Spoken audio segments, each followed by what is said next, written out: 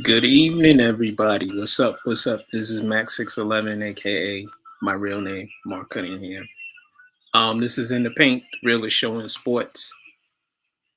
Hit us up on YouTube and subscribe, subscribe. Um, Happy Friday night to everybody. What's up? In the Paint is back. I'm gonna bring in my brother Dom. Good evening, Mac. What's up? Can you hear me? Okay, how you doing, brother? Can't complain, Mac. You can't complain. What you eating on? I'm not eating. It's too late for that. What'd you make today? You ain't posting no food in a minute. We made pulled pork sliders with what do you call that stuff? Damn. You normally get it with your fish. It's a side. Mm-hmm. Coleslaw. Coleslaw. You add the coleslaw to the slider with the meat. Right. Oh, it was like a peach barbecue sauce. Okay. Where's all the fellas at? Ours on his way. Where's my boy Dave at? I don't know where Dave is.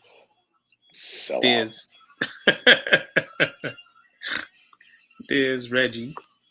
I'm gonna bring him in. Reggie, where's my boy Big Reggie? Tom, what's going on, buddy? Nothing much, Reg. Unfortunately. Thank God, actually. Yeah. No Knicks tonight. Thank you, Jesus. Oh, I just finished watching that celebrity game. How was it? Who played in it? Lord. Half the people I didn't even know. Exactly. There was this broad jumper. Was it broad jump or the pole? One of the jumpers that jump over the bar. Okay. Without the pole. Yeah. This guy came down like Dr. J. Wham! And then the kid that plays for the Browns, I don't know what is Miles Garrett. Yeah. Defensive lineman. That's a big boy. Did you see the end of it, Reg? Yeah, I saw that. You saw when the clock ran out and he did that windmill? Yeah. That's a big boy. Yeah. To get up like that. Boy. God, that's a big boy. All right, fellas. So let's get into it. I'll be with us a little later. Let's get into this. NBA. We at the All-Star break. Who won the Ben Simmons and the James Harden trade, in you guys' opinion? I'll let Reggie go first. Why? Thank you, Dom. Easily, by far the Nets. By far. By far. I mean, we don't know what we're getting with Ben Simmons. I mean, I know, he can play D and whatnot, but we don't know what he's going to do on the offensive end. But with Kyrie and Durant, how much offense do you need from him? And then you got Seth Curry, another shooter, and you got some draft picks. So I'm going to say the Nets. I agree. First of all, they got more pieces. Yes. They got a guy, both of them really got a guy that was unhappy. But that being said, I think Ben Simmons is a much better all-around player than James Harden. By far. So do I. Defense, rebounds, could pass, could play many positions, check many positions. So, I mean, unless he, I'm pretty sure he shook the mental illness over the last few days. So he should be ready to go now. I don't even want to touch that one. Yeah, I think they stole that. Serious. By far. Yeah. That ain't even a question, I don't think. Unless Mark got something different.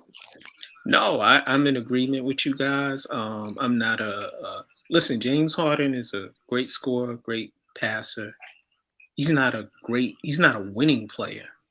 And he hasn't been. And the Nets got the better deal. Listen, you get a 6'10" point guard who, when he does score, he averages about 15 points a game. He finishes at the rim. You know, outside of the only thing he doesn't do is shoot 3-pointers well. And when he does score, he shoots almost 60% from the field. He doesn't hit foul shots, that too. But like Dom said, he plays many positions. He could check 1 through 4, some 5s.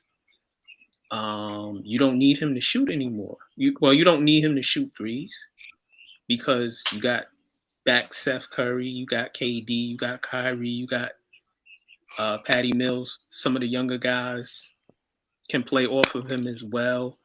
He's athletic. He gives them length.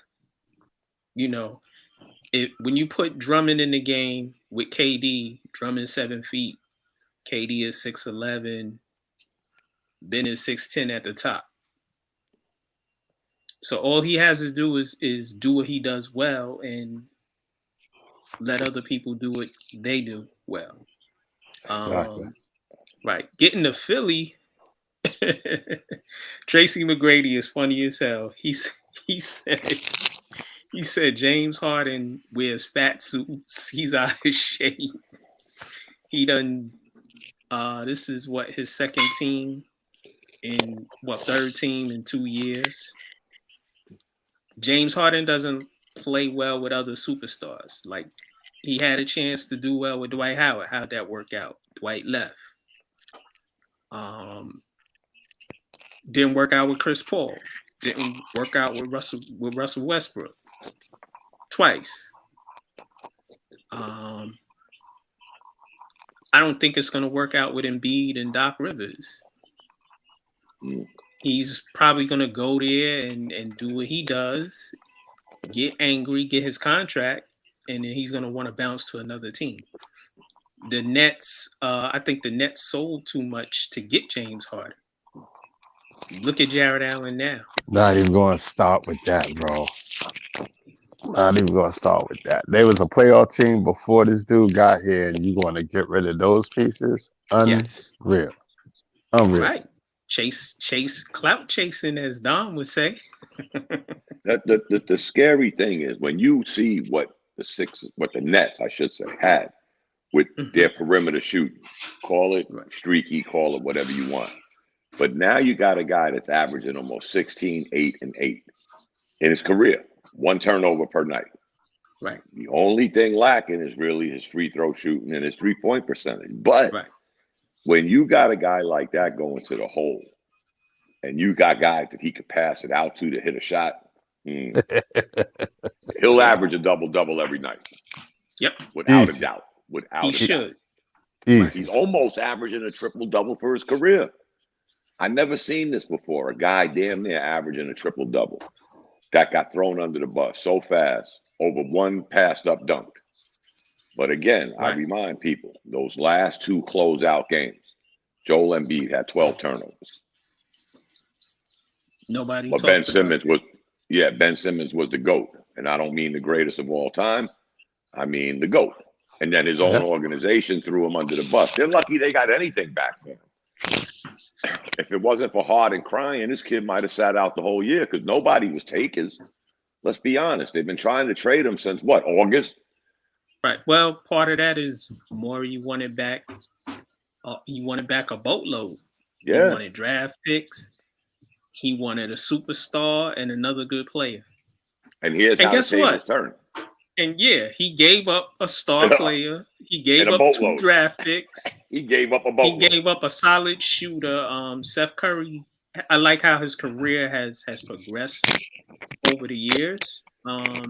He went from being Steph's brother to he's one of the better 3-point shooters in the league. Yeah. And you gave up Andre Drummond, who's a double-double wherever you put him. You know, he'll get you 15 points and 12 rebounds and 2 blocks. Embiid's going to be worn out by the time the playoffs come. And what the Nets didn't have was some bulk down low. Right. So you gave him Drummond. Again, you went into this looking for a king's ransom and ended up giving up a king's ransom. That's strange. That's strange. Here's my thing. Yeah. How does Doc Rivers face his daughter for trading his son-in-law? Yeah, right.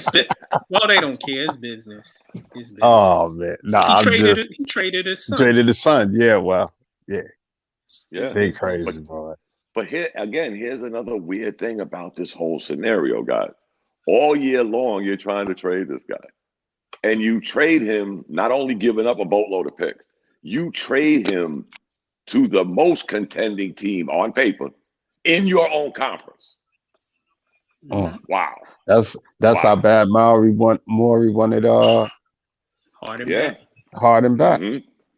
Yeah. Oh, That's crazy. and there's rumors floating around that Doc's job is in jeopardy and that Mike D'Antoni might resurface. Oh my God. In Philly. What do y'all think of that? Anyway, I don't. I'm with you on this one. What you always say about him? F D'Antoni? Yes. Yeah, Yes. basically. Now, I mean, Doc has won a ring. What has he done? That's all I'm saying. Yeah, but Doc's won a ring. Doc's still the only coach in NBA history to blow 3-1 leads 3 times. In the conference. And that being said, you could dislike Dan Antoni. But his system is the NBA now. Let's score as many points as we can. They're not winning with it, system, bro. But Dom, he also has blown 2 conference final leads himself. Conference finals, not 3-1. It don't matter. Who would you if you had to pick between Doc and D'Antoni, who would you take as your coach? And you had no other choices. I feel about Doc how y'all feel about Dan Antoni. He's had all the talent, yes. He's had much more talent than Dan Antoni ever had. And he walked away with 1 ring. With the original Big Three, with blowing 2 3-1 leads. And he's on this high horse that, okay, he won a ring. Got to give him his kudos for that. You do.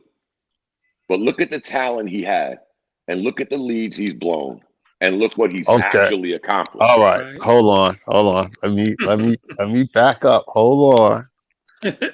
I know we're not talking about his Clipper run with sometime Kwame Leonard and what's this other boy? Paul George, PG-13. You talking about that group of talent?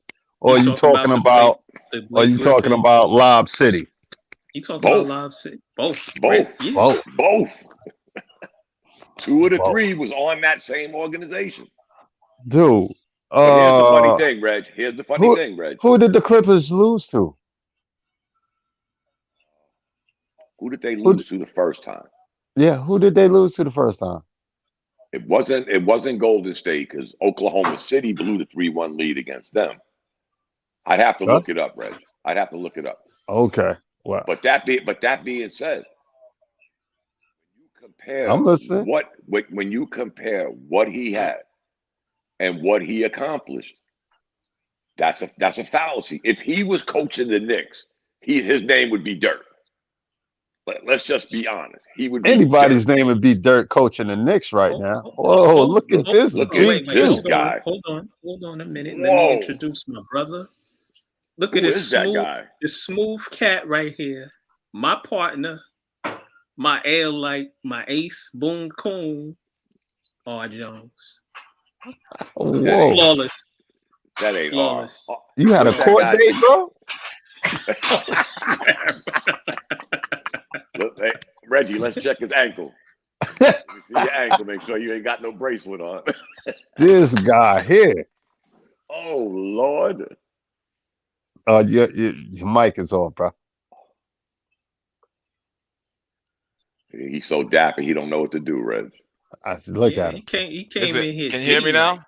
Yes. There you go. There it is. All right. I think I had something not clicked in, so my bad. Bro, as soon as you came on, my light went dim. You shining like that? Hey, man. Rolling tonight? I had to do it to you. I'm sorry. Today, I'm groove killing you. So that's how it goes down. On every level? Nah, I'm just fucking with you. How you guys doing tonight? Good. Great. Great. Not as good as you. Well, No. the only I'm just getting in from work, so I said I'm not even gonna bother getting comfortable because I'll probably get tired and fall asleep while getting dressed or whatnot, or de-dressed or however you want to put it. So I'm here. Nets. They won that shit. There ain't no question. Brooklyn. I'm not gonna lie to you. I'm gonna tell you real quick. I did kind of give up my fandom for a minute. I ain't gonna lie. I did. Yeah, I ain't gonna lie. The text. We print the text. I did. I was pissed off. I was in my feelings. I'm not gonna lie. But then I had to do like a Max 611 and kind of like analyze this shit. And I was like, yo, wait a minute. We getting rid of a bum that's in his feelings, that a guy that can't do it constantly in the postseason, the playoffs. You know, he's a choke artist. Why am I upset for? You know what I'm saying? And look at the return we got back. I'm not mad at that. I love it. I love it. You got a quality guy in Simmons. Okay, we know he's scared to take a jumper. All right, that's a bad thing. But as far as his lockdown defense from 1 to 5, he could do it. He's a great passer, great defender. Yo. And then you throw in Seth Curry and Drummond and also 2 number 1 picks. One protected, even though one's protected. But I'm just saying, look at the haul. They fleeced Philly on this one. There's no other word. They fleeced them, and I love it. I was like, oh, thank you. You might have just really handed us a legit shot at a chip. You understand? This year or next year? Probably, I'd say next year. I'm not gonna put pressure on them or my fandom on a line like that. I'd say next year and beyond. Maybe for the next couple of years. You understand? So why not? So I really think they give us a legit shot at winning the chip. You know what I'm saying? So I'm happy. You know, I'm not gonna lie. I'm very happy about it. And the James Harden, well, like as Mac put, you got D'Antoni waiting in the wings over in Philly. So you'll never, ever win a championship. Thank God. Here's the weird thing, they passed. The Sixers gave up a guy that's afraid to shoot, right, for a guy who never shoots in the big moments. I'm talking about when he does shoot in the big moments. Right. I went back in the archives, and I read it. 2015 or 2016. And y'all know I used to post these stats. Harden in the fourth quarter in a game-winning situation, 2 for 11 with 6 or 7 turnovers. Right. But the next year, 2 years later, 2017, in the playoffs, game-winning situation, another 2 for 11 with a lot of turnovers, and then the last couple of years they got bounced by Golden State. And this is why OKC got rid of him in the first place. Yes, Reggie. Yes. Word. That's why they didn't sign him in the first place, because they knew he was a bum when it comes to the playoffs. Sorry to say it, but that's what it was. Oklahoma City had that get out of jail free card. Right. Small market, can't afford all these players. But that being said, did they see something early on that we got to see later? Absolutely. Word. Just saying. Absolutely. I see somebody's gonna chime in. Mac. I see our boy. I'm bringing him in. He's here. AKA the Bishop is here.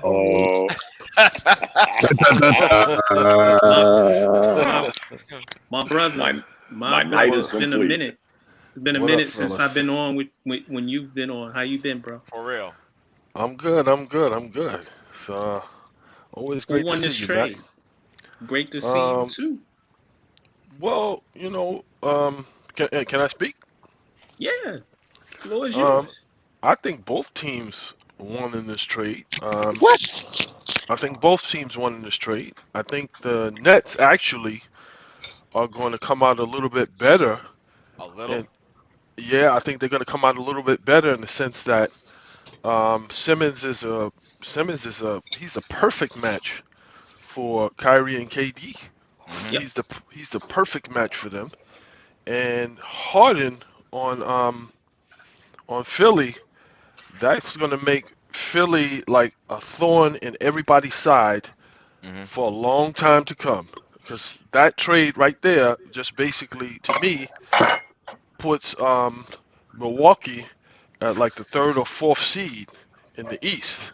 Just like that. Just like that. No. Nah, I disagree. Oh, let me explain Continue to you to why I said elaborate. Hold on. Let him explain. I want to hear this. So for Philly, you got Joel Embiid, who's never been able to play with anybody that's a scorer. So now, if you put Embiid and Harden on the court at the same time, either in a pick and roll or what, you can't double team either of those guys. And James Harden, for the first time in his career, is going to be playing with somebody who is a legitimate scorer, a legitimate force to be reckoned with. Hold on, wait a minute. Wait a minute. He played with Kyrie and KD. Exactly. He played with KD twice. Who's a legitimate scorer? On any given, but I'm saying on any given night, Embiid is playing at an all-star level right now, at an MVP level. This is the best that we've seen. I've been telling you all along, Embiid is capable of doing whatever he wants to do on the court. We all thought that once he decided he wanted to get himself in shape. And lay off the Jollof rice. And now you got Harden, who's capable of doing anything he wants on that basketball court. Anything. If you want him to play defense, he'll play defense. If you want him to be a facilitator, James, I gotta stop you. Slow down. That man has not played defense. He's not been required to. He's not been required to. No, time out. He doesn't even make an effort. Exactly. There was one time. Hold on for a second. There was one time where he was like with the Rockets, and he was saying, "Oh, I'm looked upon as a leader of the team, and blah blah blah, and I'm gonna play defense." And what happened that season? Nothing. All he was doing was All he was doing was saying a bunch of hot air. That's all that was coming out of his mouth and his ass, because he wasn't doing jack.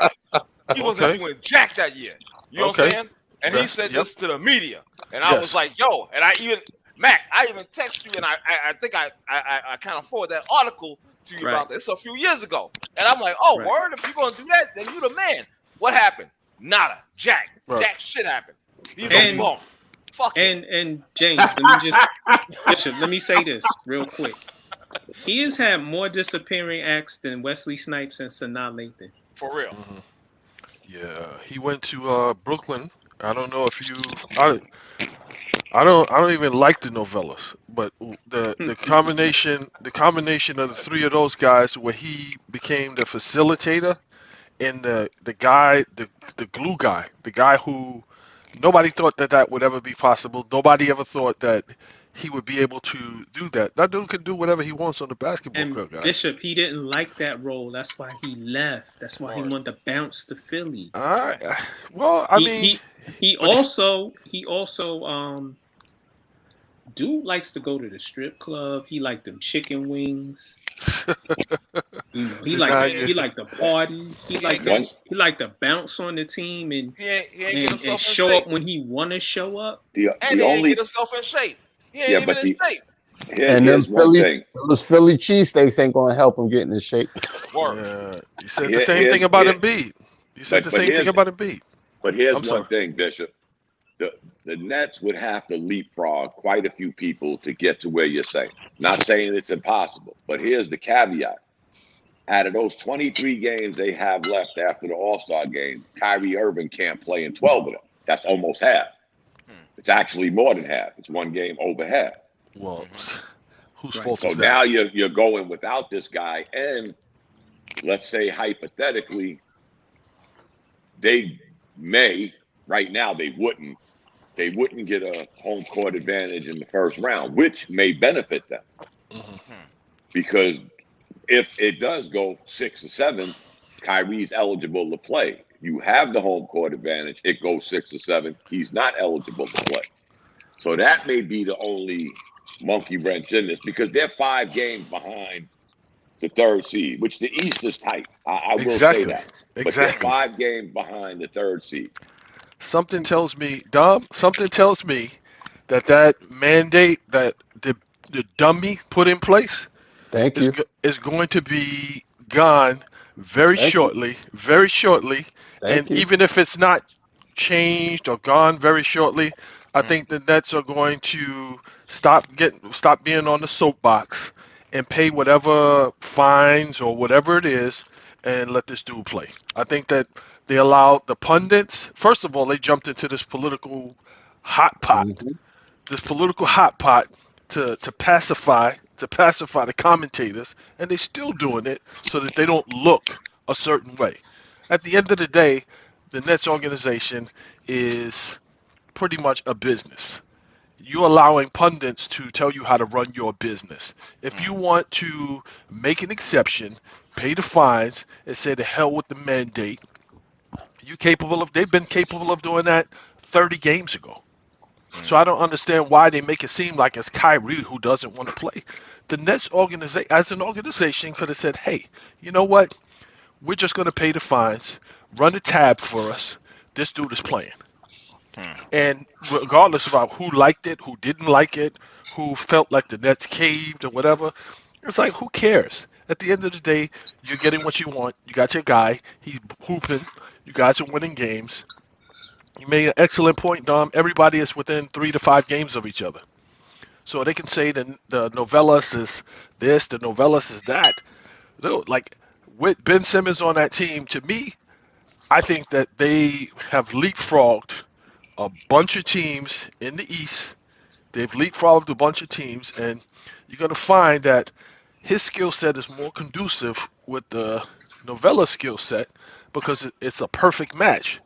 It's a perfect match. He's going to be like, to me, he's going to be a Draymond Green 10.0 because he brings a whole lot more to the court than what Draymond Green brings. So, Okay. and with KD, Draymond could hit an occasional 3 though. so this dude is going to be able to score. So please stop. He's going to be able to score regardless. You No, got KD. I'm in agreement with you. You got but, KD and Kyrie. He's going to be able to score.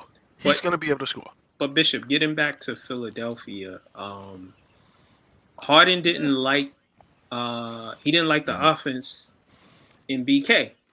But he They did say it. they say he was rolling his eyes when they were running plays for KD, and he didn't. He still wants to play ISO ball, while the team wants to play with a movement flowing, free flowing offense.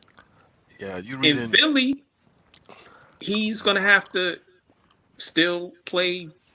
He can't play ISO ball in Philly because Embiid got to eat, and the big man got to eat first. The offense got to go through Embiid, not you. And Harden is getting old. He's 32. His weight keep fluctuating. I don't know how many fat suits he got. According to Tracy McGrady, he got mad fat suits. So, and he keep getting these little nagging injuries to his legs because of the fat. And is he going to be committed to Philly, or is he committed to opting in the $47 million and then getting that? He's going to be 250 to 300 million bag on the next contract. He's going to be committed as he was to Houston and Brooklyn and OKC. That's how committed he going to be. Fuck that guy. Straight up. That dude, wow. I'm surprised to hear you say that because man, I'm sick of this I'm sick of this ninja shit. I really am. I'm tired of it, man. I had enough. Tell him why you mad. I am. Yes. I already said why I was mad. I'm like, yo, because this guy, first of all, he's a fucking liar. He's a liar. I wanted to go to Philly all along. Then why'd your ass wind up in fucking Brooklyn, bastard? Okay, fuck out of here. I'm not trying to hear that shit. That's all. Nah, I don't go for that, man. Fuck this guy. You know what I'm saying? I hope you never win a championship, you piece of shit, turd bag bastard. Okay. Don't hold back, Mark. Ladies and gentlemen, this is a family show, and the views and opinions of the host do not necessarily reflect the views and opinions of In the Paint. He's actually a contractor. Hold on, Bishop. And he's dressed up, Bishop. Let me legislate this for y'all. Is he booty cakes Is he Very officially much. booty cakes? Very much. Beyond that, if you can get at a level lower than booty cakes, that is officially James Harden. That's what he is. But this is how fast. This is how fast, and I understand. It's the world we live in. It's a today world. It's funny how when they got James Harden, everybody was ourselves a big Net fans came out the woodwork. We did. Yeah. I ain't gonna lie. The person, one of the main ones, is on this show right now. Yeah, right. That's me. I'm not gonna lie. Bishop. Before you came on, we asked him to show us his ankle because Reggie thought he was in court, so we wanted to see if he had an ankle bracelet on. Oh my God! Oh, now they got chokes and shit. Here we go. Oh my goodness! It's all good. It's all good. Yo, I got another question for y'all, and it's regarding Philly's GM. He recently said the 76er GM Daryl Morey says the NBA would make more money if they cut the games to 68. It was and 58. They made a 58. Oh, excuse me, 58, and made the playoffs one and done. Morey, are you smoking? Because that makes no sense. You make more money with more games. Everybody knows that. But you gotta remember something, guys. When you say you make more money, what about the teams that are basically out of it? Like right now, they're out of it, and it's mid-February. What are they gonna draw? What are they gonna make? Well, they do profit share. But okay, the NBA shares, they share revenue. So now you're sharing revenue just like baseball did. Now you're sharing revenue with a team that really wasn't going nowhere. So if you made $50 and you had to give away 40, that's a plus that's 10. not the case. I'm just using that as a number. But you look at all the teams. I'll say this, and not in defense of Morey. He was on it. Maybe the games was a little low.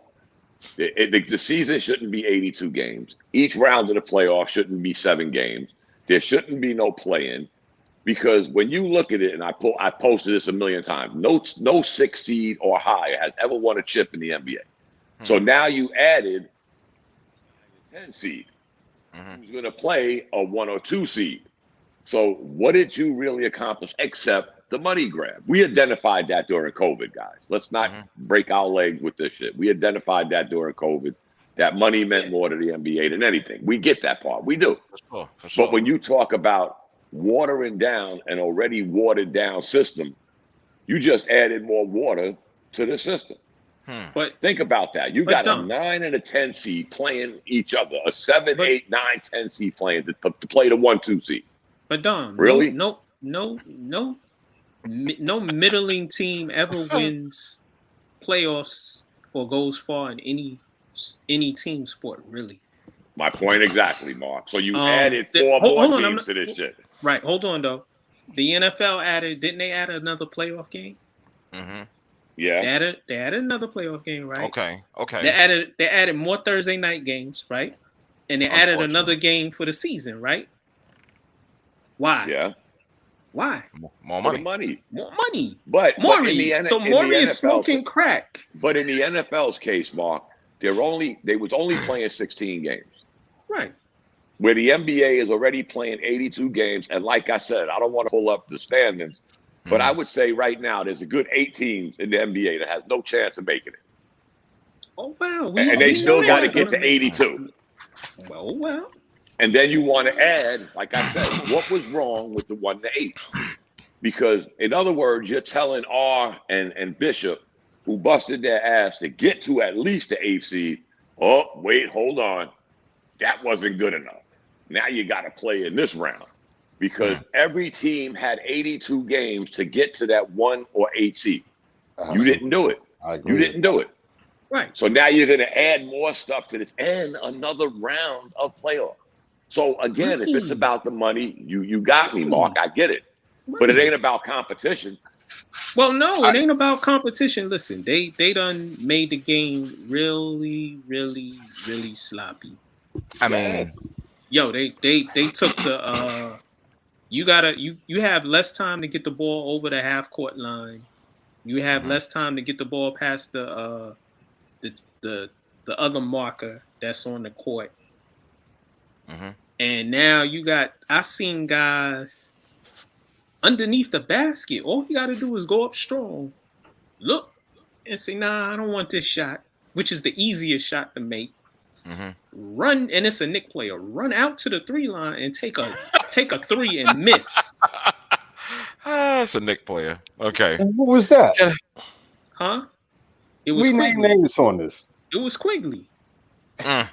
Well, he's not the only one. He's not the only one. This No, this but league wide. That's league wide. I seen This it. is Yeah, that's league-wide. league wide. Full That's time. league You're wide. league Yeah. wide. right on that. So Okay. my thing with them is speeding up the game didn't make the game better. It made it ugly. Can I interject for 1 second? Sure, I'm gonna sir. play devil's advocate for a second on behalf of Daryl Morey, and this is something I want to bring up, like especially about the one and done playoffs and whatnot. And Dom, I love your idea, what you had put on our Facebook group. I was always a fan of that. You know what I'm saying? 3, 5, and 7. You know what I mean? In those type I of like it games and whatnot. 7. I like it 7 throughout. But go ahead. I don't like 7 throughout. I No. really don't. I don't like that. However, the one and done, what he was trying to say, and I agree, you can't make any. If you're playing more games, you're making more money. That's obvious. So I get that point. But I'm just saying, in the one and done, he's trying to say that it would perhaps bring more viewership. And no, listen, before you poo-poo it, listen. Yeah. Just fix your face. It's okay. Yeah. Okay, because you were like, okay. I'm like, calm down. It's all right. I'm just saying, as far as the whole build-up and suspense, a one-game playoff would bring that. You know what I'm saying? I mean, again, I'm just throwing it out there. You don't think so? Mark doesn't think so. So, to me, I mean, he makes a point, and I think we probably missing the perspective that he's making this statement from, because I'm sure he's exposed to the books Numbers. so he can make those statements. Mhm. But the only problem with that is the fanship of the teams that are not going to make it, that still support their teams, that the franchises are still valued in the top 5, even though they, i.e. the Knicks, even though they haven't made the playoffs consistently, or when they did get to the playoffs, they, were no shows. It's just like you deny those teams, those fanships, the opportunity, and those teams to get their own money, Okay. to make their own money. And because it's like, even though the Knicks are, in the doldrums, as they say, they still make money. They still sell Right. out. They still, course. so, and maybe they're an anomaly, but it's like, there's a few other teams like that they got their fanship, and they got the people that will still come to the games, the people that will still buy the ticket memberships and so forth. Sure, I think indeed. the playoffs, if they changed it to like a 3-game series in each round, I think that would make games more competitive. You wouldn't have any blowouts, or you would have very little blowouts in the playoffs if it was a 3-game series, because it's like, no matter what, you could get it, you could catch it. Like if it's a 1 versus an 8, if that 8 comes to play, you could catch it as the number 1 seed. So you can't sleep. Remember in the late 80s, it was 3, 5, 7. Yeah. Yeah. Yeah. They changed that because certain teams, if it got to 1-1, I remember the Knicks swept Philly. Yep. That's when they got the broom out in the Spectrum. Right. They swept them on their own floor. Right. Okay. All 3 games were close. Right. So I think the league looked at that and said, okay, well, all 3 of those games were competitive. If we added more games, of course, we get more money. I want more basketball because, I'm a basketball diehard. Yeah. So I want more I want as much basketball as possible. So To our point, Mhm. to our point, these are numbers I didn't make up.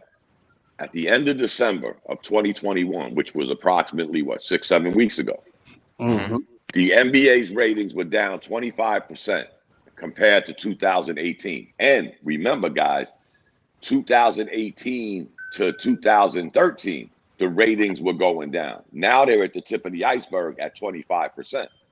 They're getting meager viewership. Now, of course, some will blame COVID, injuries, whatever. Guys missing games. We could say whatever we want.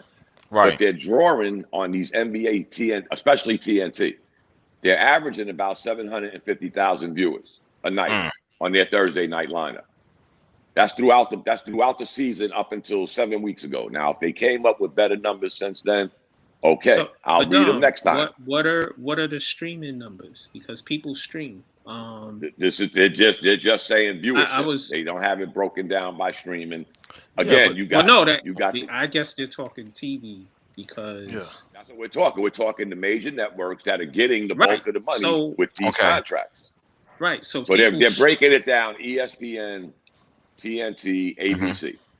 They're all down collectively. People stream now. I have friends like some of my coworkers. One of them I spoke to, he said he doesn't have a TV anymore. He watches everything on his laptop, phone, and other device.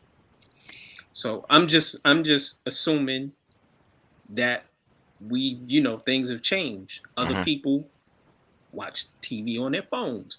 One of my coworkers, he doesn't have cable anymore. He has YouTube TV, Hulu, and every other streaming service. So he cut cable out of the mix. So what are those numbers? And I know the NBA has those numbers. Well, again, if they have a mark, it's not being published. They're going by the major networks like they've always done for years. Now, again, of course, like me, for example, if I'm using League Pass and I flip to, let's say, the Knicks and the Pacers, 20 minutes later, I flip to the Nets and the Bucks. How do they come up with these numbers? Again, guys, we're just talking major networks here. 25%. And that's including playoffs and the championship. So can I that to me, it means nothing. Because the NBA is making more marketing money, hand over fist. So whether you're watching it on TV, whether you're streaming it, whether you the names that they got on them uniforms and all of that advertising that they have on them uniforms makes up for all of that exponentially. So they don't care who watches the games. They don't care. Just like, let me get some more names. Let me get some more sponsorship names on this uniform. We putting them on the sheet, the shorts. We putting them on the ass of the uniforms. We putting them everywhere because we getting cake, and we don't care who's watching. We don't care who's not watching. We're just making this money. All right. You know where they got that? You know where they got that from? They got that from boxing because boxers started coming out on their boxing shorts and on their gloves. Even some boxers came out with like tattoos and stuff. Right. So they got that from boxing. In terms of marketing. Can I jump in real quick? Okay. Yeah, so to the one and done. My question is this: where are we playing these games at? That's record. True. You understand? You can't play on the home court. It has to be somewhere neutral, right or wrong. No, in the NFL, I think if you earn the best record, you should get the home court. Right. Exactly. I think it's a little bit different. No. Because how many times in the NFL we've seen teams with a better record on the road because they didn't win the conference or their division? Okay, that's right. That's true. Right. That's a good point, Reg. But again, let's just say hypothetically, which this will never happen. But to Reggie's point, let's say if you're going into this, then you make specific rules.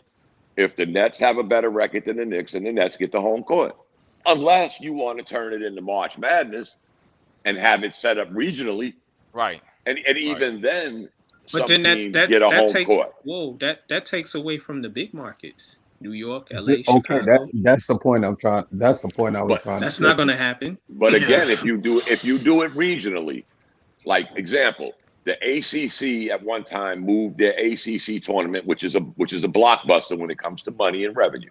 So, they moved the ACC tournament from North Carolina to Brooklyn. Remember, they had the ACC tournament in Brooklyn. Oh, okay. Right. Okay, so again, when you talk regionally, then Mark, whoever is in charge, Mark, Reggie, you break down the region. Like, okay, you got West Coast, Midwest, blah, blah, all the way to the East Coast. You break that down regionally.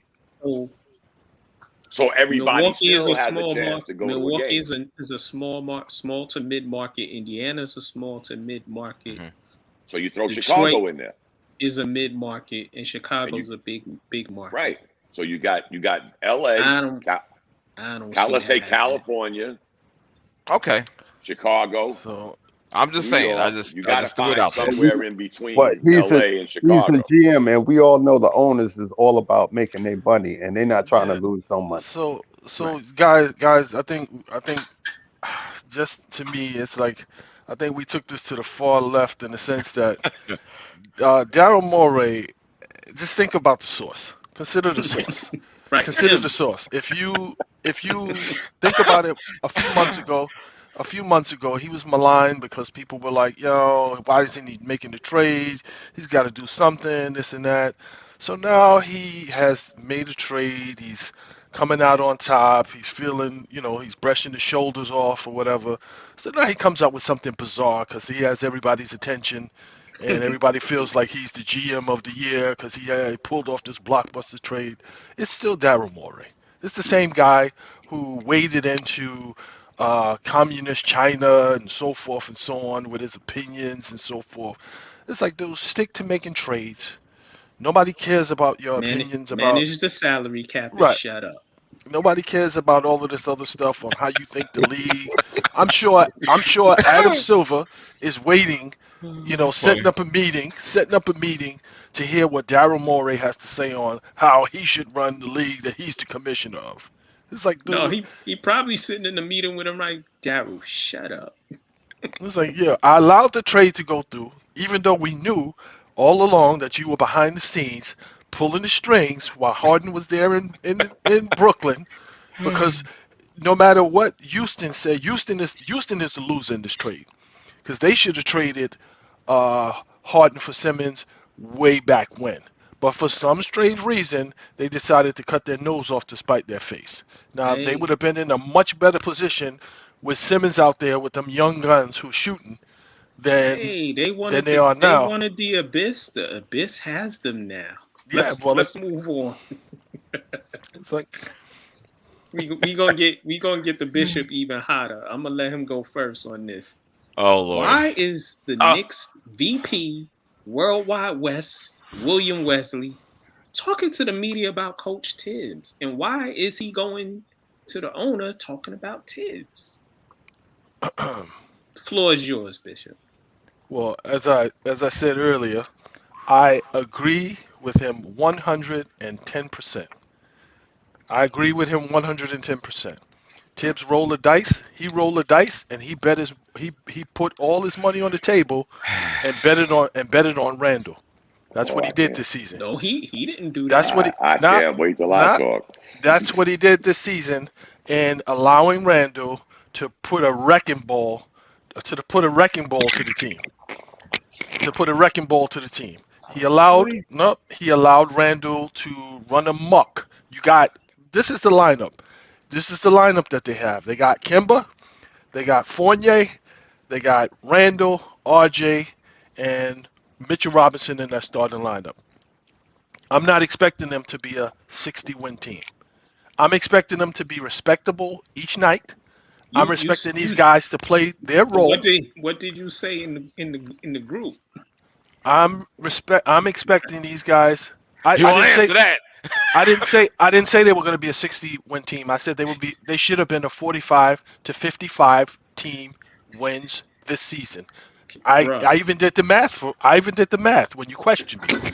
I said they had 23 and 34.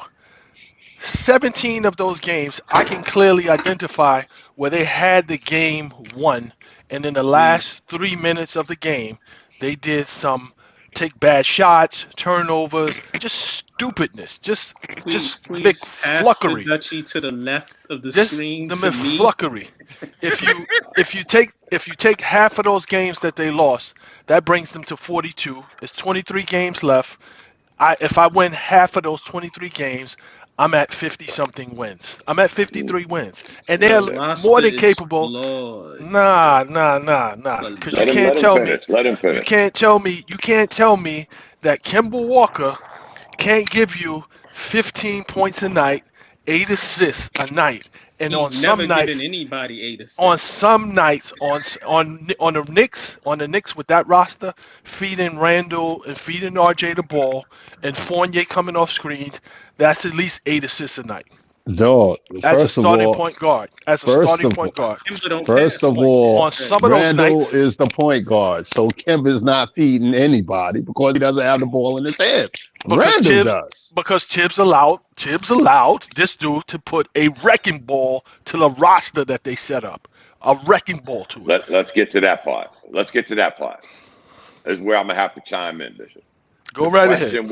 The question was Worldwide West running his mouth. This is the same guy, along with Leon TikTok, that hasn't said a word to the fans all year. This is your product. You went and got. You went and got Kemba Walker for the feel-good story. I'm coming home. And Kemba Walker hasn't played 44 games in I don't know how long. So you combine getting Kemba Walker, who can't play a full season, with Derrick Rose, who can't play a full season, not thinking in the back of your head, what happens if one of them go down? Then what do? This is the same group, Worldwide West and Leon Rose, that once again passed over the elephant in the room in a draft pick and took a power forward instead of a point guard. Same group that hasn't said a word since then. So you don't think, Dom, you don't think with the role that they got Kemba to play in New York, just run the offense, hit the open you don't even shot. have to finish the sentence. Hit the open shot. Watched him. So what about those nights? So what about those nights where he came in and he was feeling and he dropped 40? What is that? What is that? I can go to the rifle. I can go to the rifle range right now and hit 40 targets, and then tomorrow I might hit 20. He's done. He's done. Yeah. You watched him. Here in North Carolina. That might have been one of the best moves Michael Jordan ever made. He saw the wheels coming off this guy. Right. The Celtics, let me finish, Bishop. The Celtics give this same said Kevin Walker a shitload of money. And he played about 60 games in 2 years. They gave up on him. He goes to Oklahoma City. They buy him out. So we think we're getting a steal. We're going to get him on the down low. We're going to get him for $8 million. But he's not Kemba Walker. He's not. But again, we're talking Worldwide West running his mouth, who hasn't said shit. Instead of saying, you know what, guys, maybe I made a mistake, but we're going to build on this. We caught our mistakes. We're going to move on in the future, and we're going to try to make this right. No, they didn't say nothing. All of a sudden, you go back to Tom Thibodeau. Somebody check the record and see how many wins the Knicks had before Tom Thibodeau. So let's put that shit in totality. If you look at some of the losses that the Knicks have had, look at some of the losses that they've had, and they've had some real bad. They've had some real bad losses this season. And again, if you watch basketball, some games you win just based on the fact that you're more consistent at what you're doing than better than the other team. If you come down court and you get 85 shots, but your 85 shots are shots that are more makeable than the other team, at some point, even though you have a flawed roster, you're still going to be able to score. You're still going to be able to outscore the other team just based on the fact that you're more consistent. You shoot at a higher percentage. Let me say this, Bishop. They're flawed. Yes. 1 through 12, who is their best defender besides Mitchell Robinson? Nobody else on the roster. Grimes. He's a rookie. I don't sample size. Grimes. It's a good ball player, but it's a sample size. Right. Yeah. And he's a rookie. Nobody else on this team. Fournier's not a. Listen, when you mentioned the starting five, Kemba Walker don't play D, and he's 6'3" and shrinking. Mm-hmm. Evan Fournier ain't guarded nobody since he got out of France. Mm-hmm. Oh. RJ, he's okay playing defense. He ain't great. When? He's okay. When? He's an okay defender. He's always out of place. He's never on his assignment. Well, then Randall is even worse. Absolutely. You are 100% correct about that. Who's the coach? Who's the coach? A defensive guru in Tom Thibodeau. Well, who built the team?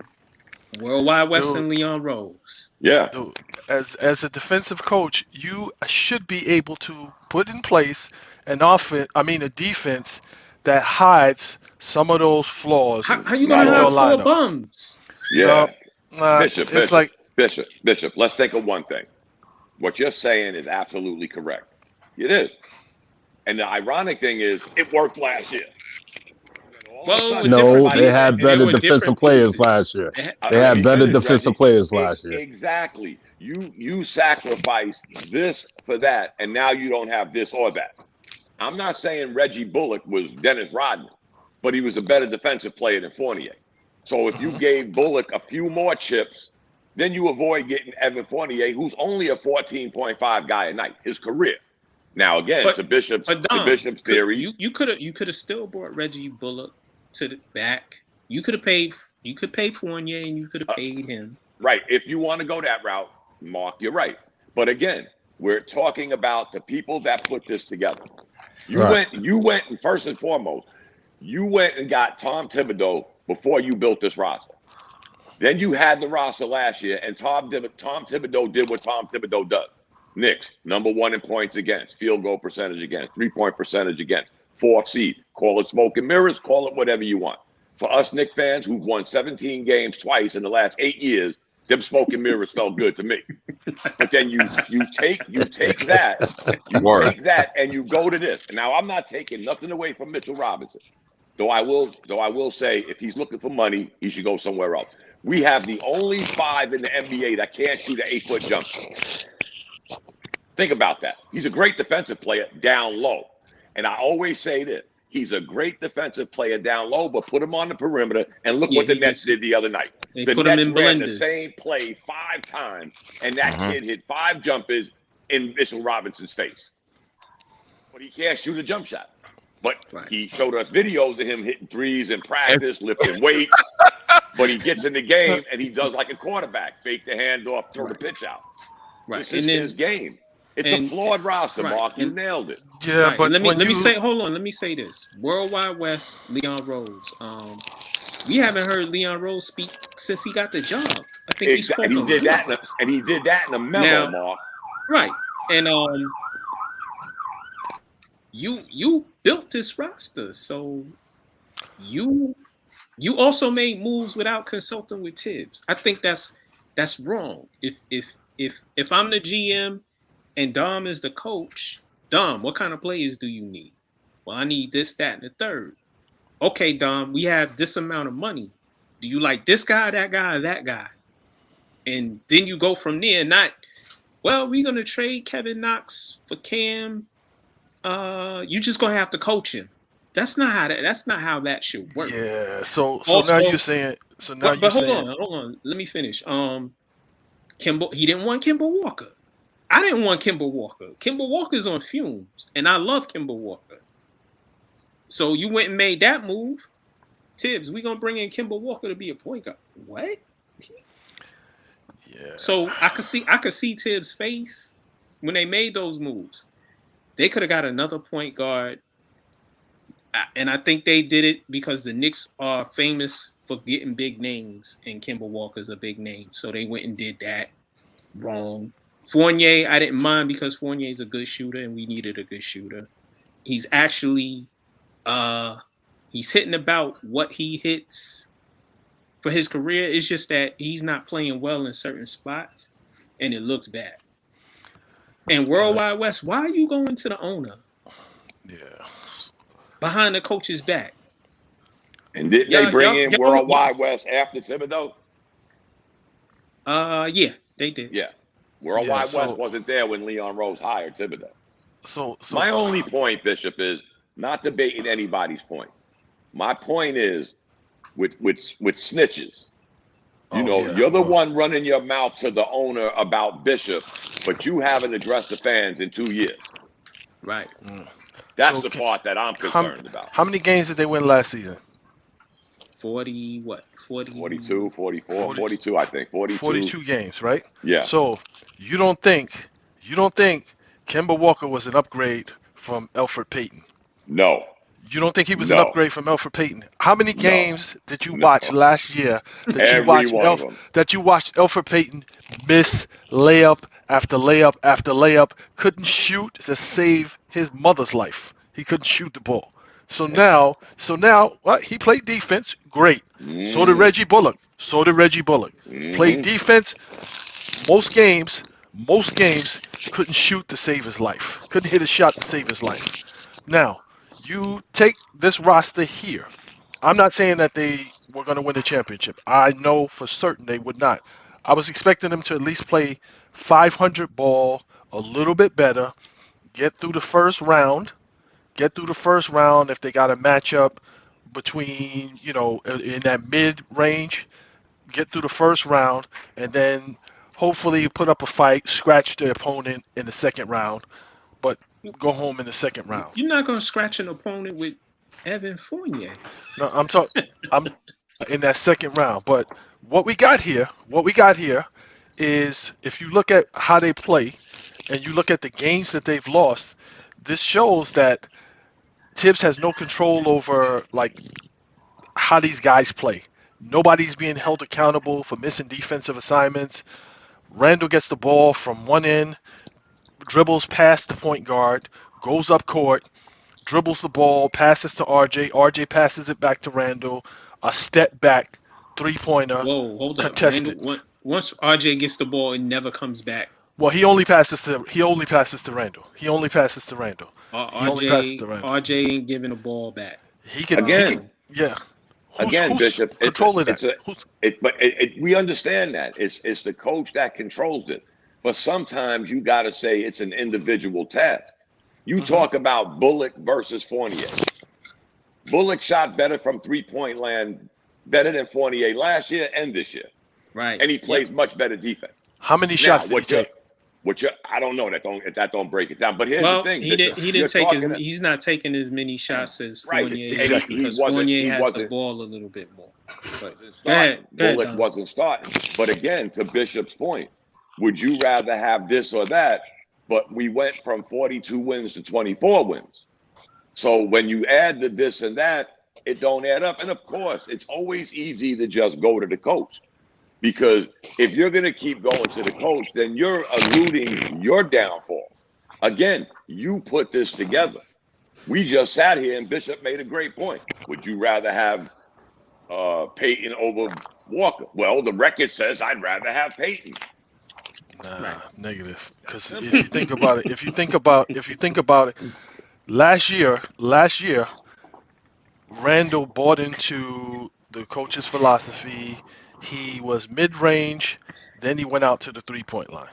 He was mid-range, driving to the basket, then he went out to the three-point line. This season, he's at the three-point line no matter what. These last few games, he's mixed it up. Who's the point guard in the mix?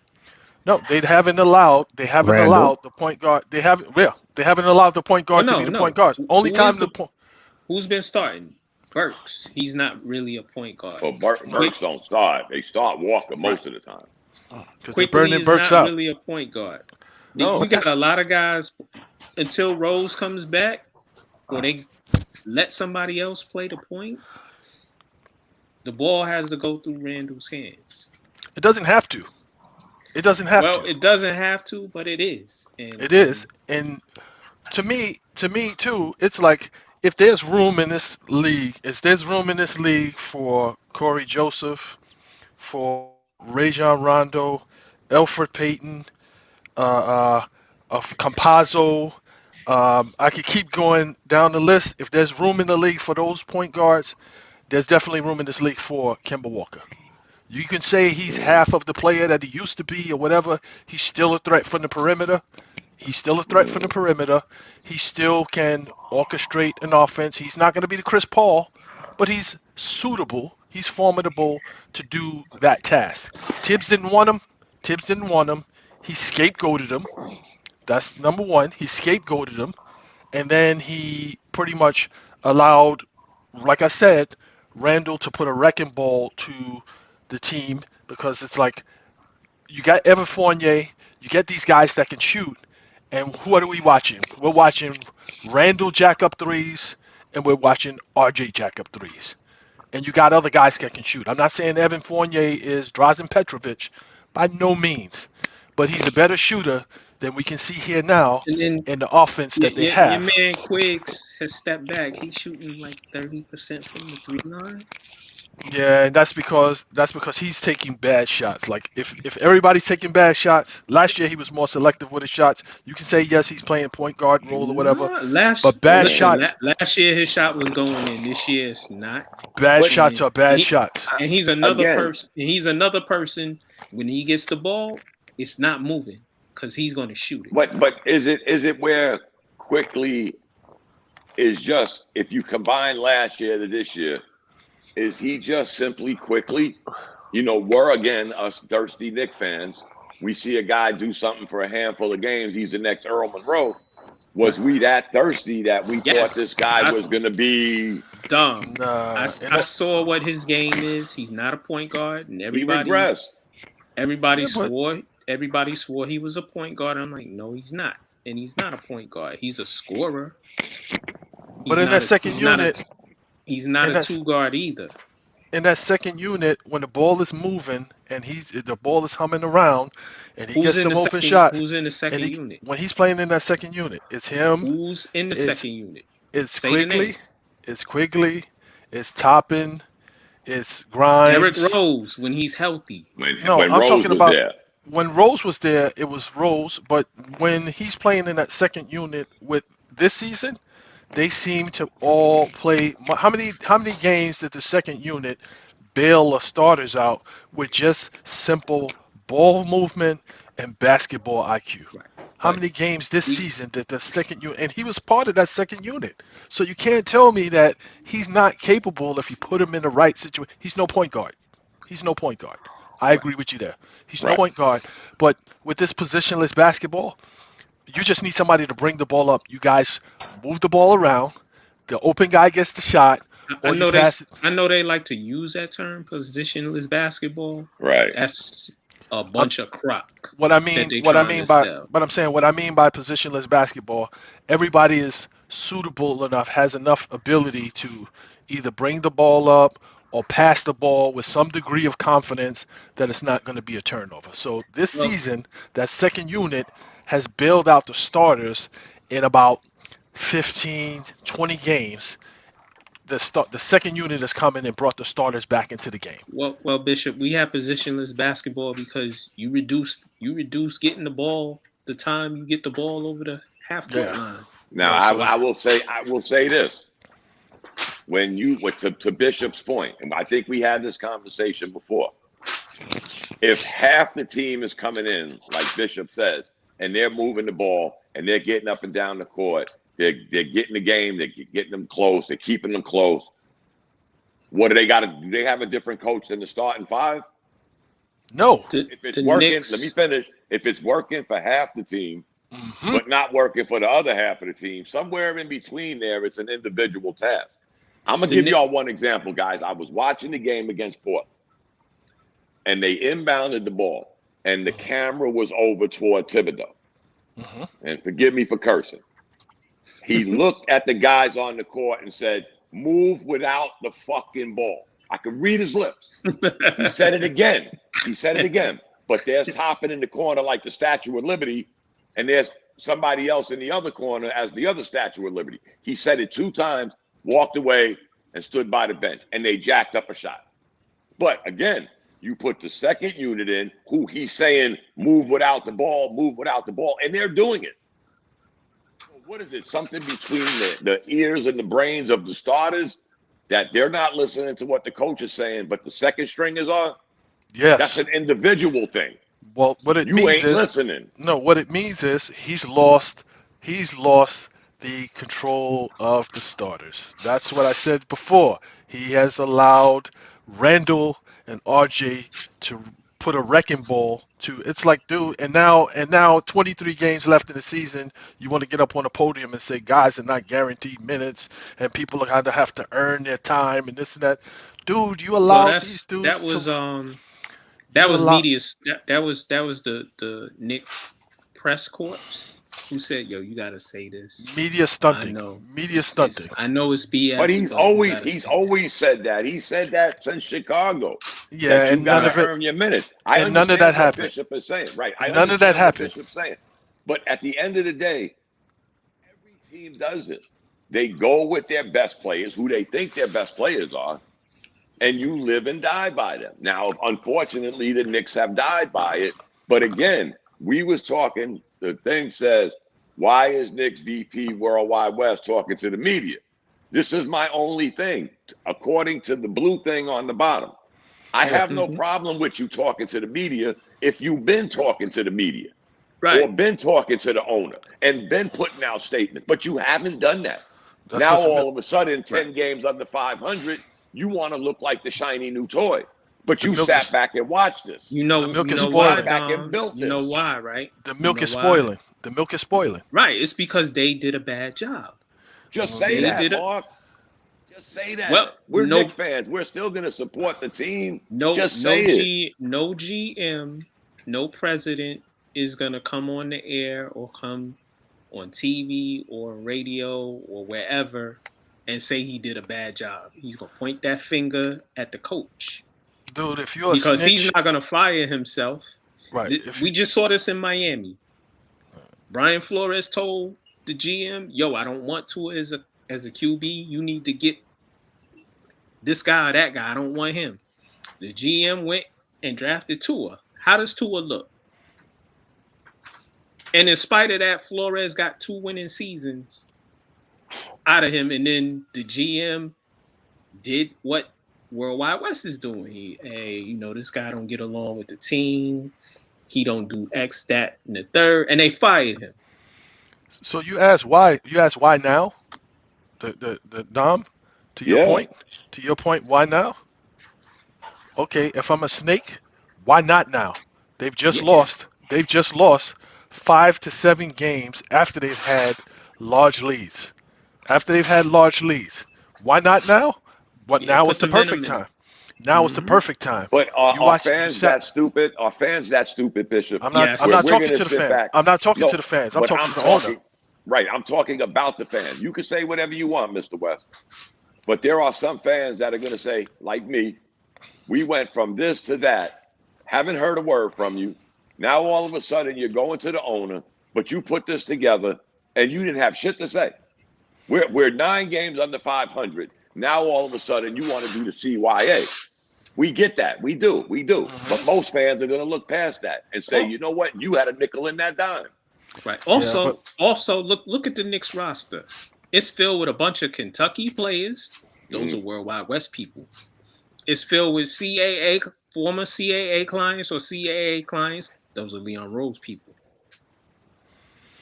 Yeah, but that's on y'all. As currently constructed, they should at least be playing 500 ball. As currently constructed. Yeah, you're right. You can say whatever you want. You can say whatever you want about who's not who doesn't have who. You don't have a legitimate point guard who you don't believe that you got a legitimate point guard, or this person is on their last leg or whatever. As currently constructed, this team should be at least at 500 ball. This team should be able to, if you got a 23-point lead at the start or the middle of the fourth quarter, you should be able to slow walk this down to the finish line and get a W. When you talk about the point guard, Bishop, 3 teams in 4 years thought Kemba Walker was that guy, and he wasn't. For what you need him for what you need, Dom, for what you need him for, you don't need him to change the world. You just need him to bring the ball up. You just need him to bring the ball. But Boston thought the same thing, Bishop. And he hasn't given you 44 games. He hasn't given you 14 points. But they got Tatum and Brown who want to be everything at all times with that ball. Well, that's a subject for another day, yes. You don't have saying, 3 teams in 4 years thought the same thing. Right, and they should be the hub of that offense, and Kimba But should have been the third wheel, but it didn't work out, and he was injured. Right, and In Kemba fact, Walker before would the have been season started, he was injured. the old Kemba Walker would have been a perfect fit for Boston because then maybe they would have alleviated that you shoot, I shoot, you shoot, I shoot shit. Right, because that's what they do. I mean, Right. granted, they've hit a good spark. They're back above 500. I think they're the 5th or 6th seed. But how long is that going to last? We've seen that. We've seen Well, that the with playoffs. Durant and Westbrook. We've they seen brought this movie before. They brought Horford back in, and now they listen to Horford. So now they've been playing better. They brought him back. And if you remember, guys, it was about 3 months ago when the Celtics were actually below the Knicks. Mhm. And everybody got mad at Marcus Smart.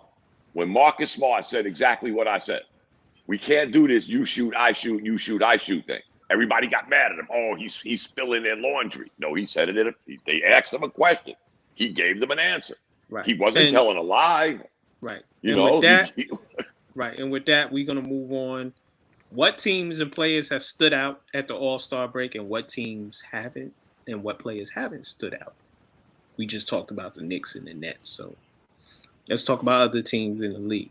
Cleveland. Memphis and Cleveland. Cleveland, wow. I wish I had those young guys. But let me stop you right there, Mark. What did I tell y'all earlier in the year? Cleveland was going to be something to reckon with because they weren't going to play to your strength. They was going to play them 3 7-footers, and they was going to challenge you to stop them. And the best thing to happen to them was Sexton got hurt. Right, Uh-huh. right. Uh-huh. And Rubio. Well, not even Rubio. was Not playing even good. Rubio. He was He playing was playing good. all right, but Yeah. you know they was probably gonna trade him at the All-Star break. But I don't think so because they was on the roll with him, Mark. When Sexton went down, you finally said, okay, there's no more Tatum and Brown. Garland, you're the point guard. Rubio, you're the backup. Period. End the conversation. And it worked great.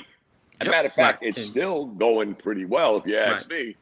right. But and, they're 3 years ahead of where they should be. right. And Jared Allen is an All-Star. Yeah. By Everybody's default. playing their role. But I'm saying everybody's playing their role on Cleveland. Everybody's respecting and playing their role. And even though they don't have fantastic perimeter defenders, these guys are like Osman and Garland and these guys, they put up an effort. They put up an effort and they pitch everybody to their bigs.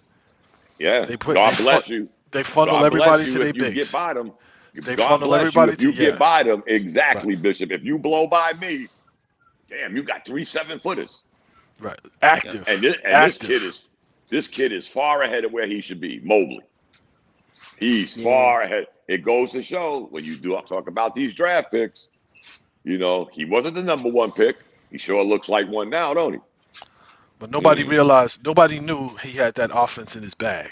Shit. Nobody knew he had that offense in his bag. I watched some of those games. It's like, I look at him playing, and it's like, wow, like this looks like a young Chris Bosh almost with some of the moves that he has, like an upgrade from a younger Chris Bosh because he's going to the hoop, he's putting the ball on the floor, he's doing a lot of different things, and he's adding that defensive component to it.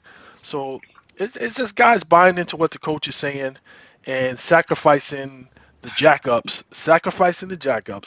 to say, hey, let me make the right play. Let me make the right play so that we can get this W. Because there's been a few games that they should not have been in, but they had a small lead and they slow walked it down past the finish line to get the W. It's just that simple. Just basketball IQ. Just basketball IQ. I just like the way they told the NBA, you could play that small ball, you could play that 3-point shooting. We ain't going to adjust. You're going to have to adjust to us. And guess what? You got Mobley who can move. He can actually move with the ball.